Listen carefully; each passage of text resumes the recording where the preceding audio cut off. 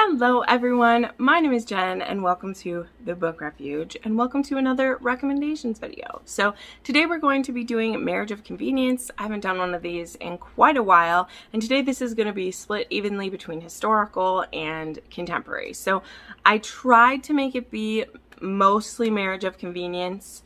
Some of them are going to be arranged just in case you don't know the difference. So well, there's actually three kinds that I point out. So there's arranged marriage, which is usually set up between the parents, the heroine and the hero, maybe neither of them having a say in it. Maybe the hero has more say. Usually the heroine doesn't have a say. That's usually how it goes. Then there's a marriage of convenience, which is when something happens that makes marriage necessary, like someone gets compromised, there is a business deal that might be helpful, or there's like a fake relationship, so it's a marriage of convenience. And then there's a forced marriage, which sometimes happens where literally there's a gun to one of the people's heads and they have to do it because the other person's making them. And I don't really have any of those in this one. So again, most of these will be marriage of convenience, but there are some that are still like arranged, because I like those. I read some recently. So let's go ahead and dive in. So the first one is Marked by the Marquess by Alyson Chase. This is one that I read for the Historical Romance Readathon, and this one is a great example of this. The heroine is actually a scientist, and she is in this wine cellar testing out some things with wine, and the hero is a spy, and so he's going down into the cellar to check out some stuff that's going on, and he runs into the heroine and they have this flirty banter, and then they get caught down there, and so they have to get married. And he takes her to his estate in Scotland, and he's actually pretty happy to have a wife. She's not so happy to have a husband, and things go from there. Then there is Never Seduce a Scot, and this one is my caveat for this one is an arranged marriage, and kind of a forced marriage too, but I just finally read it and I wanted to put it on this list. This is about Evelyn Armstrong, who is deaf, but she's only been deaf for 3 years. She was in an accident and she went deaf, and her family, not realizing that it's only deafness, they think that she is daft or touched in the head. She can read lips, but if she's not looking at you, she doesn't know what you're saying, and she's kind of just went along with people thinking that she is mentally deficient, because it saved her from a arranged marriage with a cruel, bad person. But then the king is forcing Graham Montgomery to marry Evelyn Armstrong to prevent war between their two clans, because these two have a lot of fighting going on. And when Graham finds out who he's going to be married to, he's very upset because he's heard the stories that Evelyn is touched in the head, and he would never force himself on a woman who can't say no or yes or any of that. But that puts him in a position that he won't have any heirs now, because he's not going to cheat on her. And he finds her beguiling and sweet, but he's trying to keep himself apart because he's like, you don't know how to say no or yes or those things. But he pretty soon finds out what the real deal is, and then it's beautiful. It's beautiful. I love this book so much. The hero is so romantic. This was a 6-star read for me. Then there is Someone to Wed by Mary Balogh. This is part of the Westcott series. This one actually has a scarred heroine. Is she a little bit older than him? I don't know if it's an older woman, but she's not scarred. She actually has a birthmark, I believe. I think it's one of those port wine birthmarks, and so she wears a veil, and she needs a husband, and so she propositions our hero and offers him the money that he needs to save his title and everything, but he doesn't want to do that because this woman is kind of pushing him into this situation. But then they are starting to get to know each other, and he's like, I don't care what your face looks like, right? Like the woman underneath is what matters to me. And so it's really cute. It's a cute one. Mary Balogh's books are always like lower on the steam, but they always just like hit me in the heart. They make me so happy. So definitely check out this one. There's Four Nights with the Duke by Eloisa James. This is a bit of a forced marriage / marriage of convenience. And there is this heroine who she needs to get guardianship of her younger, I think it's her younger brother, and the only way to do that is for her to be married and have her husband like make it happen, and so she blackmails the Duke into marriage with her, and it's someone that like, it's such a complicated situation because I think it's her father and his mother were in a long-term affair together. And so he was kind of like mean to her when they were kids, and both of the parents are like gone now, but he still kind of holds a grudge against that. And then when she shows up and kind of pushes him into this marriage, he's very angry about it, and he makes a deal with her that they will only have 4 nights together, and like he'll decide when they happen or like whatever. It's Eloisa James. It's pretty steamy, it's pretty fun, and this was a really interesting one.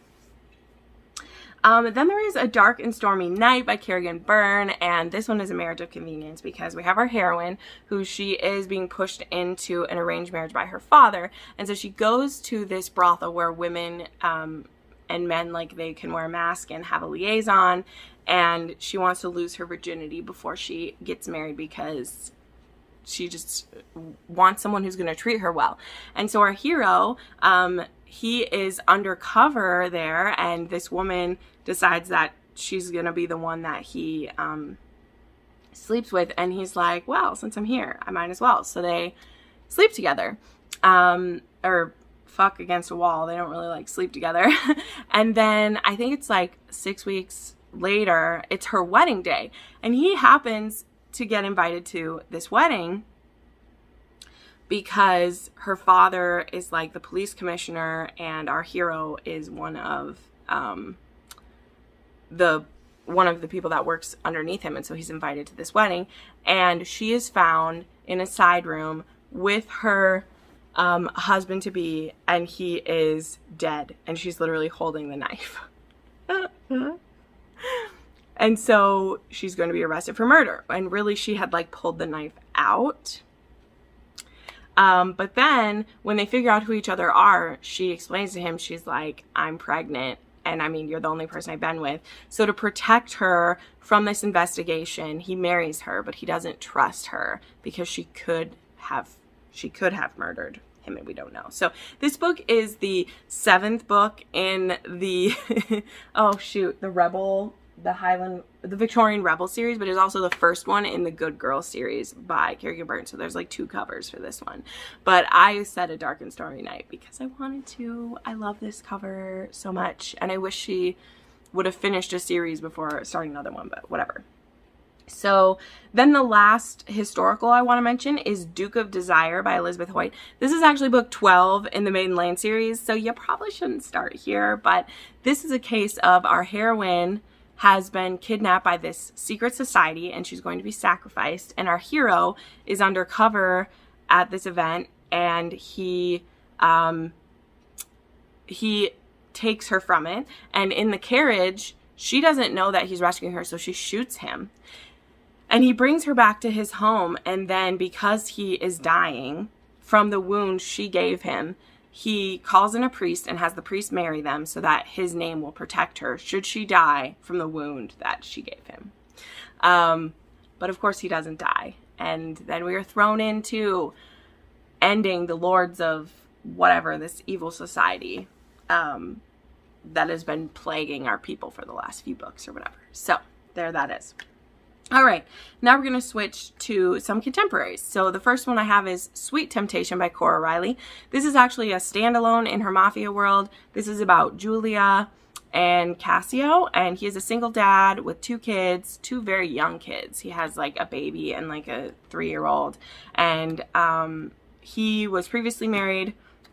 His wife is dead, and the only other like appropriate woman for him is just about to turn 18, and he doesn't want to marry again, but they tell him that he has to because mafia reasons, and so he ends up married to Julia, who's this 18-year-old girl who has no idea what's going on or why she's being pushed into this position. Well, I mean, she knows why, because mafia, but we quickly learn that she's not going to be cowed the way that some other mafia women are, and I just really love how it like plays off of each other and how their romance blooms, because I really liked it. I wasn't expecting to love this one as much as I did, and I think that really helped me to enjoy it a lot. Then there is Zenni by Rebekah Weatherspoon. This is a really fun one. Both the hero and the heroine in this book are bisexual, and this book actually has pegging in it, which I love. So Zenni, her aunt left her a lot of money on the condition that she marry this one guy from town. And so they end up getting married, and they're going to do it for just a certain amount of time. But they decide while they're together, we might as well have sex and it'll be great. And there's pegging involved, and it's delightful. And Rebekah Weatherspoon writes wonderful stories, and they're very sex positive and diverse and wonderful. So this is a great one. Then there's Call Me Crazy by Melanie Harlow. This is actually an enemies to lovers, and our hero Enzo, his father was going to leave the business to him, but not if he isn't married and settled down by a certain age. And then we have our heroine, who she really wants a baby, and she is working on having one of those. And so she's like, well, I will be your wife for a certain amount of time if you will help me get pregnant, and then we'll get divorced after a year and whatever. You can already see the chinks in this plan. I'm not sure why you would want your friend to be the baby daddy if you want to raise it alone, but there's plenty of books that have started on less. So this was great. Melanie Harlow writes a good story, and these two were very steamy together, and it was a good time. There is The Wild Heir by Karina Halle. This is part of her Royal series, and so our hero is the Wild Heir, and he needs to settle down and get married, and so his family introduces him to our heroine, who's a princess, who would be a good match for him. But he kind of has to convince her if they should do this or not, because she, you know, doesn't want to be mistreated or made a fool of. Like, who would? So I really like the Royal series by Karina Halle, but this one was fun because this one's kind of an arranged marriage, but yet they're still going to try to see if they can love each other, you know? And then the last one I want to mention is White Whiskey Bargain by Jodie Slaughter. This is kind of a, this is a moonshine, what's it called when they, like it's an underground like alcohol ring basically. And it's these two families who've been opposing, but then there's a third family who's coming after them. It's kind of like cowboy mafia stuff going on.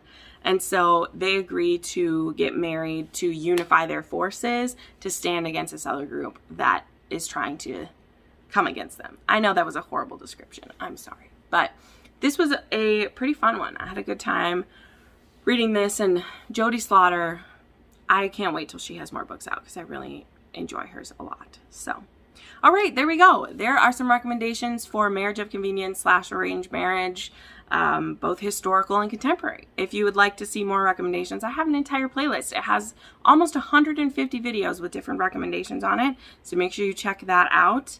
And yeah, thanks so much for watching. I put up new videos 3 to 4 times a week, and you can watch some of them right now. Bye.